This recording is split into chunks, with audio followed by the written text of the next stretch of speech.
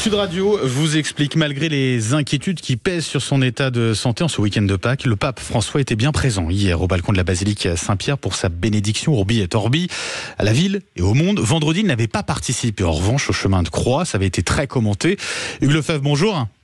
Bonjour. Et merci d'être avec nous ce matin. Vous êtes le directeur de l'agence de presse Immédia, basée à Rome, spécialiste de l'actualité du Vatican. Alors, à l'occasion des célébrations de Pâques, le pape François était présent à certaines cérémonies, absent à d'autres. Est-ce qu'il a rassuré au final sur son état de santé ces derniers jours, le pape ?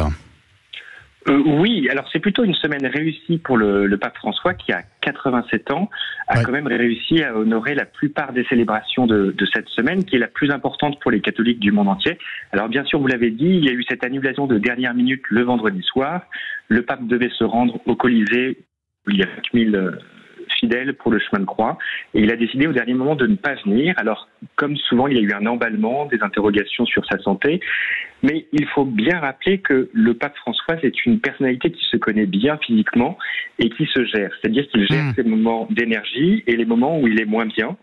Et donc voilà, il n'a pas voulu prendre le risque d'être fatigué pour les célébrations du lendemain, du samedi soir et du dimanche de Pâques.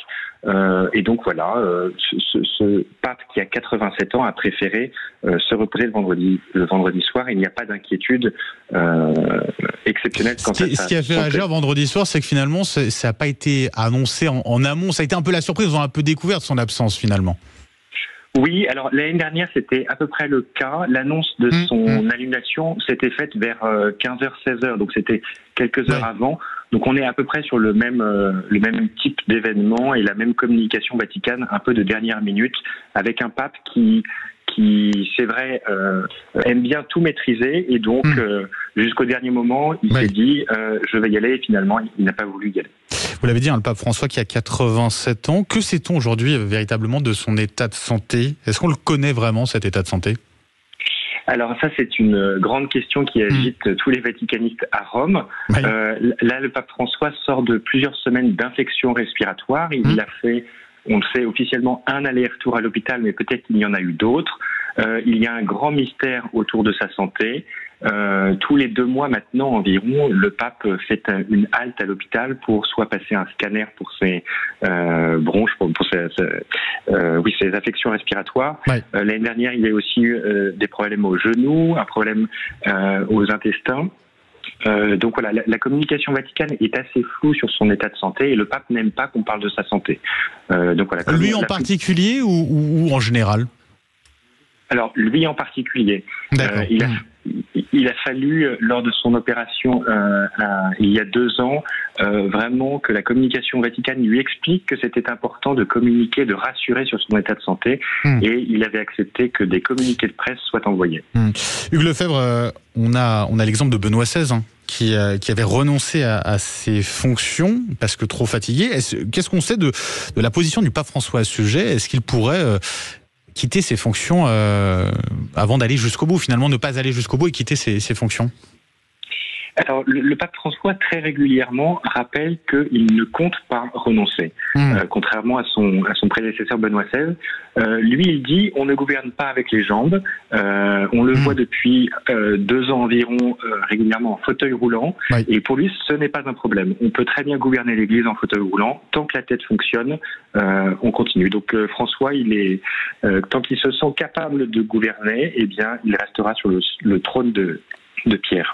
Capable de gouverner, est-ce qu'il en est capable encore aujourd'hui, compte tenu de sa santé ? Est-ce qu'on sait si c'est véritablement lui qui gouverne, ou si certaines de ses prérogatives, je vais y arriver, finalement ont été basculées sur certains de ses conseillers, de ses proches ? Non, le pape François est un pape qui gouverne la plupart du temps seul. Alors, il prend des conseils à droite à gauche par des canaux qui ne sont pas les canaux officiels de la curie romaine. Le pape consulte à l'extérieur, mais c'est lui qui prend les décisions, et des décisions qui parfois bousculent et peuvent interroger le peuple catholique. Mais en jésuite, en pape jésuite, c'est bien lui qui gouverne seul, et avec une certaine forme d'autorité même. C'est-à-dire ? Eh bien, pareil. Oui, par exemple, il y a quelques mois, en décembre, juste avant Noël, le pape François a autorisé la publication d'une note, enfin d'une déclaration qui permettait la bénédiction pour les couples homosexuels. Et ça, on sait que c'est vraiment lui qui a permis la rédaction et la publication de cette note, et qui a été rédigée vraiment, alors pour le coup, sans consultation classique à la curie romaine. Il a court-circuité un certain nombre de processus, et cette déclaration a fait un tollé dans une partie du monde catholique, et notamment en Afrique, qui s'est rebellé dans les semaines qui ont suivi. Et finalement, Rome a dû faire une sorte de rétropédalage en accordant une exemption d'application de cette possibilité de bénir des couples homosexuels.